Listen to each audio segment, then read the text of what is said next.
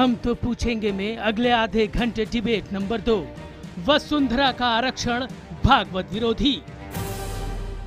चुनाव आयोग ने तो 1.5 लाख तक की जिनकी आबादी है उससे नीचे वाले लोगों को इसमें आप लाभ दें 12 से लेकर 15% के बीच में, लेकिन हमने वही 14% लिया है जो पहले से ही था।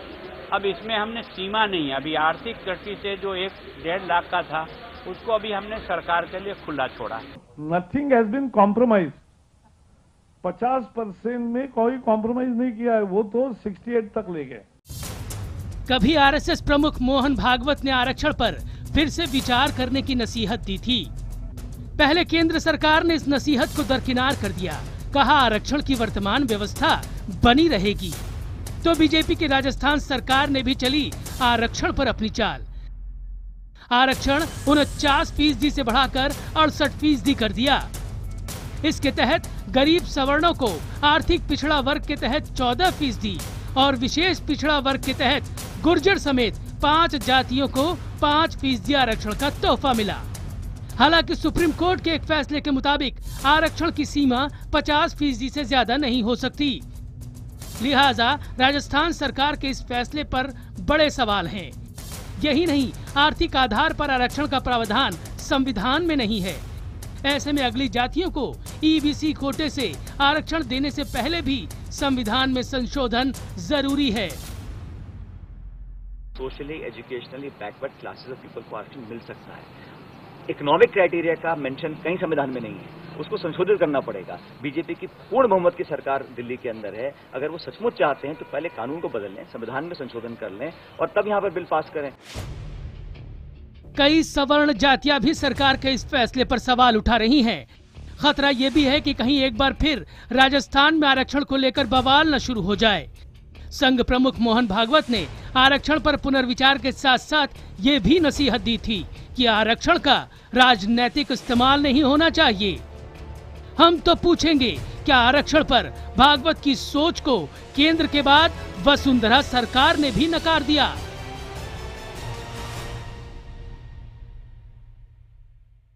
और इसी मुद्दे पर अब चर्चा करते हैं। पैनल मेरे साथ मौजूद है, मेहमानों का उनका परिचय आपसे कराता हूं। भारतीय जनता पार्टी की तरफ से पार्टी के प्रवक्ता डॉक्टर सुधांशु त्रिवेदी मेरे साथ बने हुए हैं। कांग्रेस की तरफ से अखिलेश प्रताप सिंह हमारे साथ बने हुए हैं। अब हमारे साथ नए मेहमान जुड़ रहे हैं।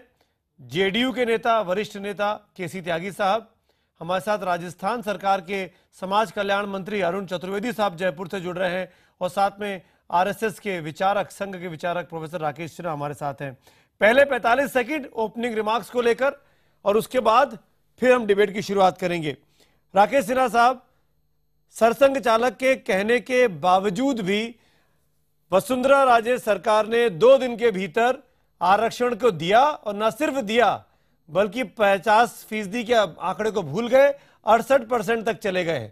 कहां रिव्यू करने की बात चल रही थी और कहां आरक्षण की लिमिट बढ़ाई जा रही है? क्या यह सब संघ की अनुमति से हो रहा है?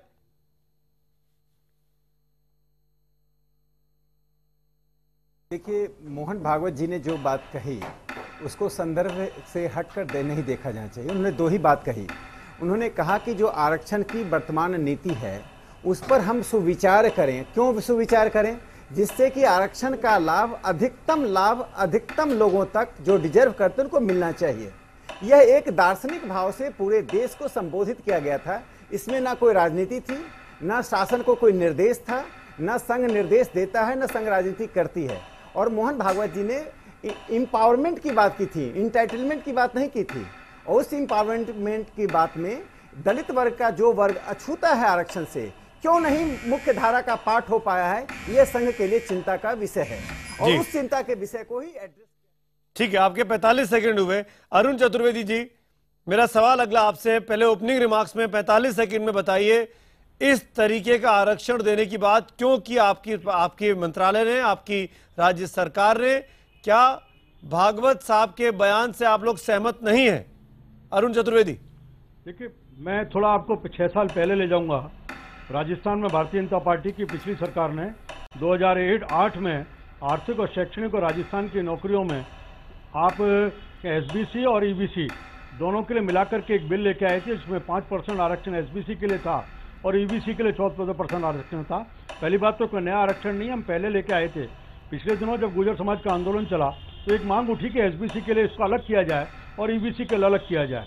इसी चीज को लेते हुए हमने एक परसुएशन में राजस्थान विधानसभा में बिल लेके आए और राजस्थान सरकार ने जो वादा किया था हम उस बिल को लाकर के राजस्थान विधानसभा में सर्वसम्मति से पारित कराया। हम जानते हैं संवैधानिक चीज को, इसलिए 9 शेड्यूल में इसको डालने का संकल्प भी राजस्थान विधानसभा में साथ साथ पारित कराया। चलिए, आपके 45 सेकंड हुए, मैं लौटूंगा आपके पास। अरुण जी रहिए हमारे साथ। केसी त्यागी साहब, आपने दोनों पक्ष, संघ की बात सुनी, आपने राजस्थान के मंत्री की बात सुनी। 45 सेकंड में बताइए ये क्या हो रहा है? आरक्षण की इस आग को क्या दोबारा लगाया जा रहा है? क्या दोबारा चर्चा में लाकर क्या पाने की कोशिश की जा रही है? केसी त्यागी जी। संघ प्रमुख माननीय भागवत जी का बहुत कैटेगरिक स्टेटमेंट है, विद इन इन्वर्टेड कॉमास, एक समिति बना दो जो राजनीति के प्रतिनिधियों को भी साथ ले, लेकिन चले उनकी जो सेवाभावी हो। समिति को तय करने दो कितने लोगों को और कितने समय के लिए आरक्षण आवश्यक है। मेरे मित्र राकेश जी उसमें कन्फ्यूजन क्रिएट करना चाहते हैं कि दलित हो गए जिनको नहीं मिला। ये संविधान की जो दी गई सुविधा है आर्थिक सामाजिक तौर पर पिछड़े हुए लोगों के लिए, ये उनके खिलाफ है। संघ परिवार, भारतीय जनता पार्टी के श्री शांता कुमार जी, वीएचपी के एक बड़े नेता, मेरे सबके पास वक्तव्य रखे हैं। उनका कहना है कि इसकी समीक्षा होनी चाहिए और जो संविधान के ठीक है। त्यागी साहब मैं लौटूंगा, 45 सेकंड हुए। अखिलेश प्रताप सिंह, 45 सेकंड अब आपके।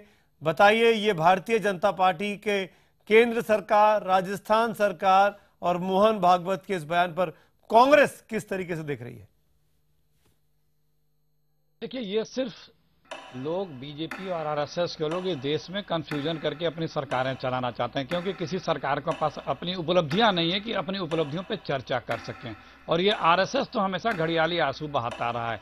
आरएसएस की विचारधारा देखें, वो कभी भी दलितों का पक्षकर नहीं रहा, कभी भी महिलाओं का हिमायती नहीं रहा, कभी भी पिछड़ों का हिमायती नहीं रहा। इनके संघ प्रमुखों ने आज़ादी के समय भी, आज़ादी के बाद भी इस पर अपनी अभिव्यक्ति और मत व्यक्त किया है। तो आज जो कुछ ये बोल रहे हैं उसी अपनी सोच की ही परिणति के रूप में परिलक्षित करने का एक प्रयास कर रहे हैं, लेकिन ये भूल जाते हैं कि जो व्यवस्था है वो संविधान में प्रदत्त है। उस व्यवस्था को इतनी आसानी से आप बदल नहीं सकते, क्योंकि अभी उसकी आवश्यकता है और ये किया जाना भी चाहिए। इसीलिए 45 सेकंड हुए अखिलेश जी, लौटूंगा डिबेट में। सुधांशु जी, मेरा सीधा सवाल आपसे, क्या सरसंघ चालक ने रिव्यू करने की बात नहीं की थी आरक्षण की व्यवस्था को?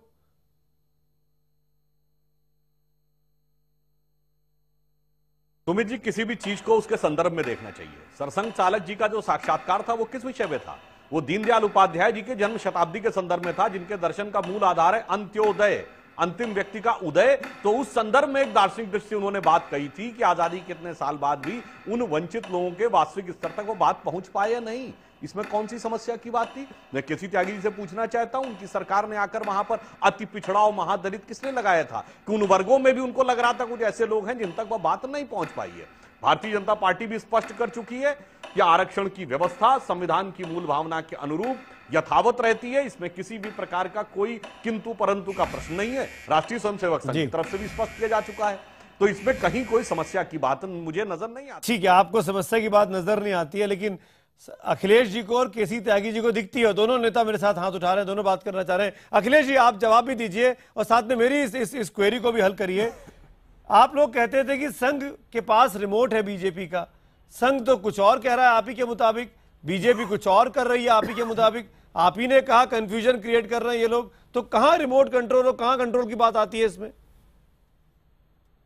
नहीं, वही तो मैं कह रहा हूं ना कि वो कंट्रोल सिर्फ कंफ्यूजन के लिए ये बातें कही गई हैं। अरे कल तक तो कंट्रोल कर रहे थे, आज कंफ्यूजन कर रहे हैं, ये क्या कॉन्ट्रडिक्शन है ना? एक सेकेंड बिहार का चुनाव है और कई चीजें हैं, उन सब चीजों के लिए जानबूझ करके कहा जा रहा है। इनकी मंशा वही है कि जो आरएसएस की पहले से सोच आई है गरीबों दलितों के लिए। दूसरी बात, यदि अभी सब लोग भागवत जी के बयान को सपोर्ट कर रहे हैं, चाहे आरएसएस हो या बीजेपी के हमारे साथी हो, लेकिन अगर उनका बयान इतना ही सफल था, इतना ही अच्छा था, तो क्यों तुरंत खंडन करके आगे किया इनके केंद्रीय मंत्री ने? क्यों नहीं कहते हैं कि हाँ उन्होंने जो कहा सही किया और उसमें हम करने जा रहे हैं? दोनों विचारधाराएं तुरंत क्यों बदलते हैं?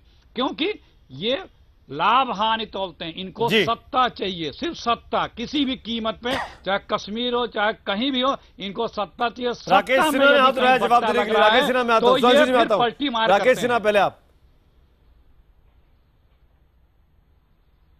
देखिए मैं एक बात कह दूं कि मोहन भागवत जी ने 7 सितंबर 2014 को दिल्ली में विजय सोनकर शास्त्री की पुस्तक का लोकार्पण करते हुए क्या कहा।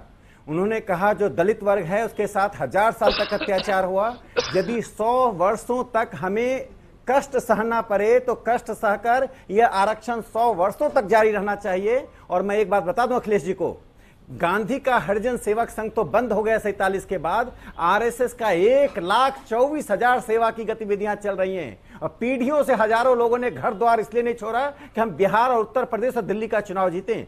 हमारे लिए कंसर्न है दलित, आदिवासी। वनवासी कल्याण आश्रम का नाम आपने सुना होगा, आपसे भारतीय जनता पार्टी मत कीजिए। वनवासी कल्याण आश्रम का काम देखे बिहार में चुनाव, काम देखे झारखंड में। राकेश जी ये सवाल मेरा बीजेपी आरएसएस दोनों से है। बिहार में चुनाव शबाब में आ चुका है और ऐसे में सरसंघ चालक का यह बयान मिसफायर हुआ। आप काम नहीं करते हैं, सरसंघ चालक का बयान मिसफायर हुआ, तभी रविशंकर प्रसाद को क्लैरिफाई करना पड़ा। दलितों को, महिलाओं को वोटिंग राइट से रोकने की बात आजादी के बाद। सुमित जी मैं एक लाइन, एक पंक्ति सुमित जी एक पंक्ति में बात पूरा कर लूं। अखिलेश जी उत्तेजित मत होइए। जो महात्मा गांधी का कांग्रेस से भावनात्मक संबंध होने पर महात्मा गांधी जब कहते थे तो देश को संबोधित करते थे, और मोहन भागवत जी जब कुछ कहते हैं पूरे राष्ट्र को संबोधित करते हैं। यदि कांग्रेस में वह ताकत नहीं है, कांग्रेस में ताकत नहीं है उसे बर्दाश्त करने की, तो राकेश जी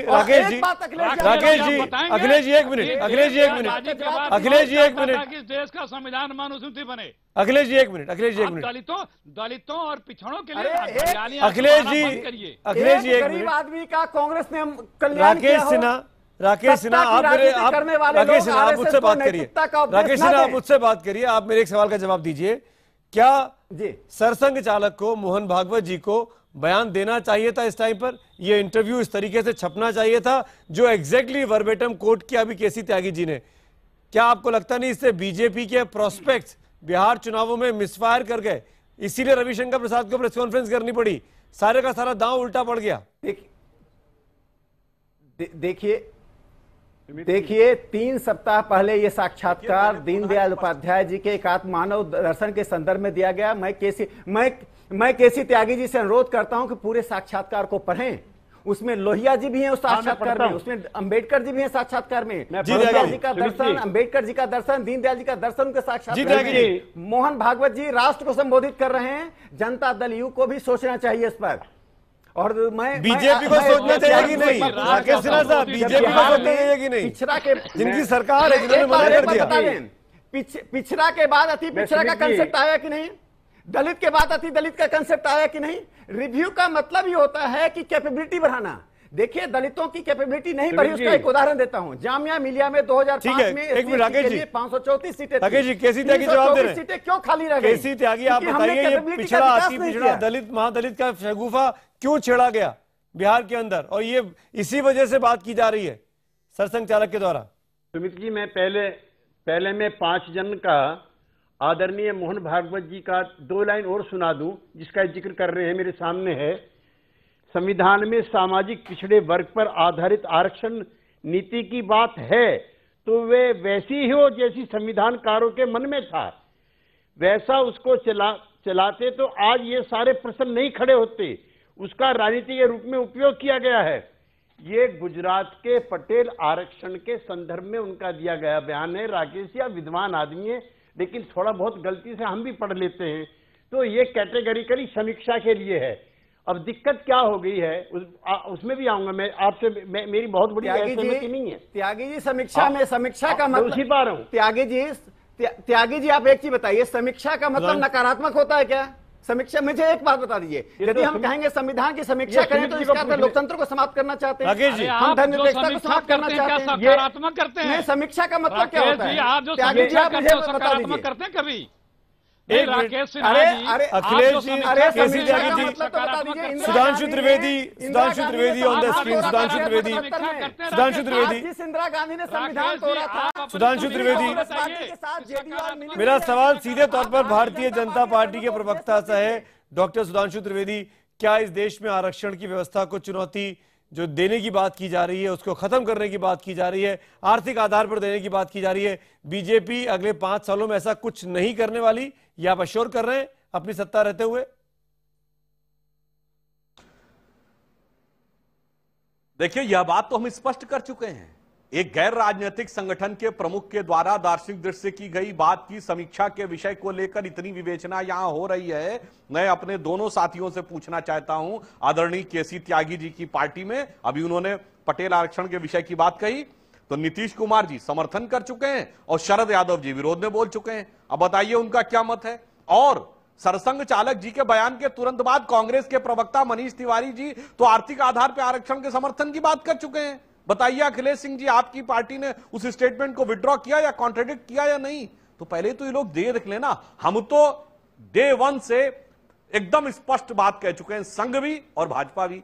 बयानों में विरोधाभास तो इनके, ठीक है, मैं ये दोनों पॉइंट पूछूंगा दोनों नेताओं से, लेकिन सुधांशु जी, नो की पूरी क्या वसुंधरा राजे की इन विषयों पर राजनीति करने से प्रेरित है? क्या वसुंधरा राजे की सरकार ने जो किया उससे भारतीय जनता पार्टी का केंद्रीय नेतृत्व सहमत है? फिर क्या बने? एक वर्ग के नेता, सुधांशु जी, जाति के नेता, और जब सत्ता शेयर करने की बात आई सिर्फ मैं और मेरा परिवार। सुधांशु जी, मैं ये दोनों चीजें पूछ लूंगा, लेकिन आप मेरे एक सवाल का जवाब दीजिए। सत्ता शेयर करना हो तो मैं और मेरा परिवार, क्या बीजेपी, पूरे सुधांशु जी, वर्गों को लेकर प्रवचन दे, क्या बीजेपी का आला कमान वसुंधरा राजे सरकार के फैसले के साथ है कि 49% से बढ़ाकर 68% हो जाए आरक्षण की व्यवस्था?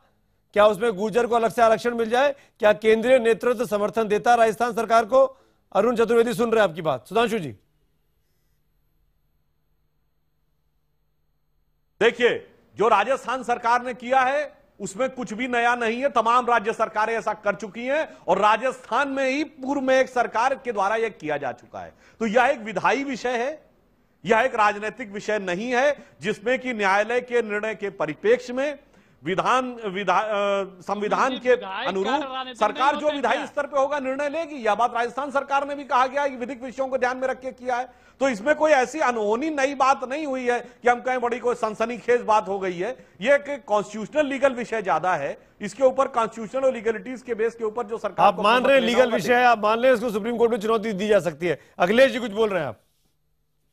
देखिए, पहले इनको बता दीजिए कि राजनीतिक निर्णयों को विधायी प्रक्रिया से ही लागू किया जाता है। जो ये बता रहे हैं कि विधायी है राजनीतिक नहीं है, तो पहले ये दोनों का अंतर समझ लें। दूसरी बात, जब आपके लोग संघ संचालक जी ने जो बयान दिया तो क्यों उनके प्रचार प्रमुख वैद्य जी ने भी तुरंत वापस लिया? क्यों उसको स्पष्टीकरण दिया? क्यों खंडन किया? और तीसरी बात, आप चीजों को भ्रमित मत करें। अरे स्पष्टीकरण की आवश्यकता अखिलेश जी इसलिए पड़ी कि तब तक इंटरव्यू प्रकाशित ही नहीं हुआ था। बगैर इंटरव्यू पढ़े हुए अभी वैद्य जी का स्पष्टीकरण आया है। सुधांशु जी, अब तो कोई दिक्कत ही नहीं है। आपके प्रचार प्रमुख वैद्य जी का स्पष्टीकरण आया है। क्यों आप लोग कंफ्यूजन करते हैं? क्योंकि आप लोग उपलब्धियां नहीं। केसी त्यागी कुछ बोलना चाह रहे हैं, 1 मिनट। केसी त्यागी कुछ बोलना चाह रहे हैं। स्पष्टीकरण बता दीजिए, आप स्पष्टीकरण क्या है बताइए। तो आप संदर्भहीन बातों को जब कहेंगे तो स्पष्टीकरण दिया ही जाएगा। अरे क्या स्पष्टीकरण दिया था नहीं दिया था उन्होंने? आप हाँ या ना बताएं। सुमित जी, त्यागी जी बोल रहे हैं। क्यों देना पड़ा उन्हें? अखिलेश जी, राकेश जी, देना पड़ा उन्हें स्पष्टीकरण क्यों देना पड़ा? स्पष्टीकरण क्या था? आप न पढ़ते हैं, न समझते हैं। दिया था कि नहीं दिया था? आप बताएं आरएसएस के प्रचार प्रमुख शोर न मचाएं, शोर न मचाएं। मैं हाँ ना मैं पूछ रहा हूँ, शोर न मचाएं, हाँ ना मैं पूछ रहा हूँ। मैं कहता हूँ एक सेकंड, शोर न मचाएं। अखिलेश जी, राकेश जी, आप दोनों एक साथ बोलेंगे तो किसी की बात नहीं आएगी। हमको पूछने दीजिए, हमको पूछने दीजिए। केसी त्यागी साहब कुछ पूछ रहे हैं। केसी त्यागी साहब को बोलना चाह रहे हैं। त्यागी साहब, त्यागी साहब, फिर चतुर्वेदी जी, त्यागी साहब, त्यागी साहब, Akhilesh ji, Rakesh ji, Akhilesh ji, Rakesh ji, please please please please please, Rakesh ji, Akhilesh ji, please, Tyagi साहब, जवाहरलाल नेहरू का अम्बेडकर ने क्या, अखिलेश जी, राकेश जी, अभी बताइए, किसने नहीं दिया? केसी त्यागी साहब, मेरा वक्त निकला जा रहा है। त्यागी साहब आप बोलिए। त्यागी साहब, आपने अब कुछ कहना चाह रहे हैं? मैं सुमित जी, आप ही को अधिकार है इस बहस को नियंत्रित करने का, जो पता नहीं किन्हीं कारणों से आप नहीं करते हैं। मैं शांता कुमार जी का वक्तव्य मेरे सामने है और श्री मनीष तिवारी जो कांग्रेस पार्टी के भूतपूर्व मंत्री हैं उनका वक्तव्य मेरे सामने है। मैं दोनों पार्टी के दोनों नेताओं के इस वक्तव्य की कड़ू आलोचना करता हूं कि आरक्षण आर्थिक आधार पर होना चाहिए, नंबर 1, दोनों पार्टी के दोनों नेताओं की। तीसरा, जो मेरे मित्र राकेश जी कह रहे थे, बिहार में, झारखंड में, छत्तीसगढ़ में, मध्य प्रदेश में, उत्तर प्रदेश में पटेलों को आरक्षण है, जिसको कुर्मी बोलते हैं। नीतीश कुमार जी ने खाली इतना भर कहा कि इन राज्यों में अगर है तो वहां क्यों नहीं होता। शरद यादव जी ने उसको दूसरे संदर्भ में कहा है कि जो पिछड़ों का कोटा है उसको डाइल्यूट करके नहीं होना चाहिए। अब ये दिक्कत क्या है कि पढ़ा पढ़ाया भाषण, देखो आप दोनों विद्वान आदमी हो, सुधांशु जी भी और राकेश जी भी। अब शांता कुमार जी का मेरा पे वक्तव्य है आर्थिक आधार पे होना चाहिए, ठीक है। और अखिलेश जी मेरे पे मनीष तिवारी, एक सेकंड, मेरे पे मनीष तिवारी जी का है।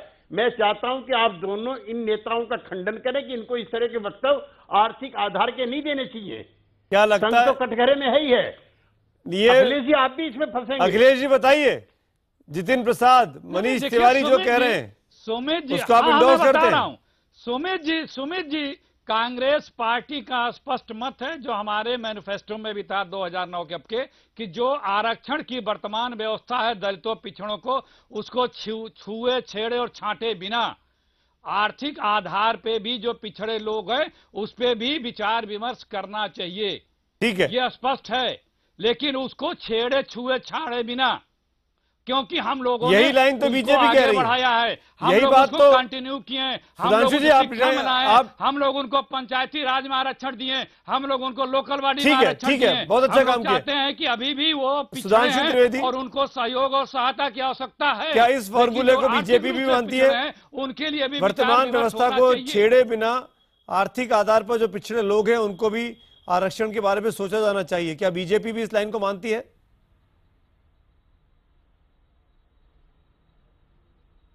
देखिए, हमारे यहां भी इस प्रकार का विचार कई बार हो चुका है कि समाज के तमाम वर्गों को, ऐसा नहीं है जैसे अभी त्यागी जी ने जो बोला, भाई समस्या क्या है कि उनके भी दोनों नेताओं की जातियां अलग अलग हैं, तो उन्होंने अपने अपने सेल्फ इंटरेस्ट के हिसाब से बोला। वहां तो समस्या ये है, हम भी ये कहते हैं कि तमाम ऐसे लोग हैं अगड़ी जातियों में भी, जो भी गरीब हैं, उनके भी हितों को किसी न किसी प्रकार से सुनिश्चित करने की व्यवस्था होनी चाहिए, वह एक अलग विषय है।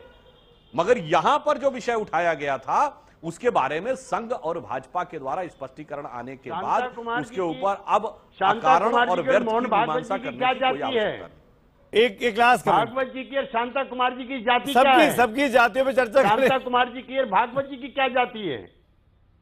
उनकी जाति बता दीजिए ना, भागवत जी की और शांता कुमार जी की। ऐसा है, सुनिए त्यागी जी, हाँ, त्यागी जी, भारत में एक परंपरा है, जिसने घर बार छोड़ दिया वो साधु सन्यासी हो गया, और कहा जाता है जात न पूछो साधु की। जिसने आज से 40 साल पहले ही अपना घर बार सब छोड़ दिया देश के लिए और घर में रहना छोड़ दिया और परिव्राजक की भूमिका निभाने लगा, उसकी जात नहीं पूछी। मोदी जी तो भगवान कृष्ण की जात का जिक्र कर रहे हैं वहां पे बिहार में जाकर के कि वो यदुवंशी थे। अब वहां तो आप सब भगवान की जात पूछ रहे हो, यदुवंशी बता रहे हो आप कृष्ण जी को, तो भागवत जी की, शांता कुमार जी की बरादरी और बता दीजिए मुझको, मुझे तसल्ली हो जाएगी।